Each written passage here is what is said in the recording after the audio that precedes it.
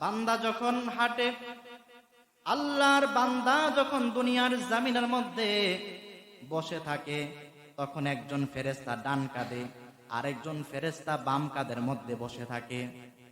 আর বান্দা যখন হাঁটা চলা করে অথবা বান্দা যখন দাঁড়িয়ে থাকে, তখন একজন ফেরেশতা সামনে, আরেকজন ফেরেশতা পিছনে থাকে। কোথায় থাকে? বান্দা হাঁটলে ফেরেশতারা কোথায় থাকে? একজন সামনে আর একজন পিছনে থাকে। আর যখন বান্দাটা রাত্রিবেলা অথবা দিনের বেলা যখন বান্দা ঘুমের ঘরে চলে যায় অথবা শুয়ে থাকে, তখন একজন ফেরেশতা মাথার কিনারে, আরেকজন ফেরেশতা পায়ের কিনারে দাঁড়িয়ে দাঁড়িয়ে তারা আমাদেরকে পাহারা দেয়। আমি আপনি যখন ঘুমিয়ে থাকি, তখন একজন ফেরেশতা মাথার কিনারে, আরেকজন কোথায়? পায়ের কিনারে দাঁড়িয়ে দাঁড়িয়ে আমাদেরকে কি করে? পাহারা দেয়। দুনিয়ার দারোয়ানকে বেতন দিতে হয়, কিন্তু এই যে রব্বুল আলামিন আমার আপনার জন্য দুইজন ফেরেশতা জন্মের পর থেকে আমার আপনার জন্য নিয়োগ করে দিয়েছে, ওই ফেরেশতাদেরকে আমরা কোনোদিন বেতন দিয়েছি? কোনোদিন চেয়েছে নাকি? চাইবেও না।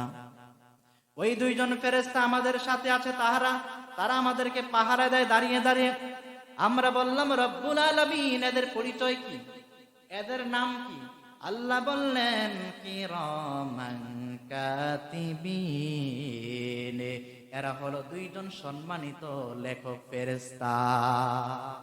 কিরামান কাতিবিন, তারা হচ্ছে সম্মানিত দুইজন ফেরেশতা। একজন গুনাহ লেখে, আরেকজন বান্দা যে ইবাদত করেন, আপনি যে মসজিদে এসেছেন এই সওয়াবগুলো লিখতেছে। দুইজন দুই কাঁধে বসে তারা, তাদের দায়িত্ব এটাই। একজন গুনাহ লিখবে, আরেকজন আপনি পাপ করবেন, পাপের কাজগুলো লিখবেন। ওই যে রব্বুল আলামিন আমাদেরকে নবী পাঠিয়ে দয়া করেছেন, দয়া করেছিলেন কিনা বলুন? রব্বুল আলামিন নবী পাঠিয়ে আমাদেরকে দয়া করেছেন, মায়া করেছেন।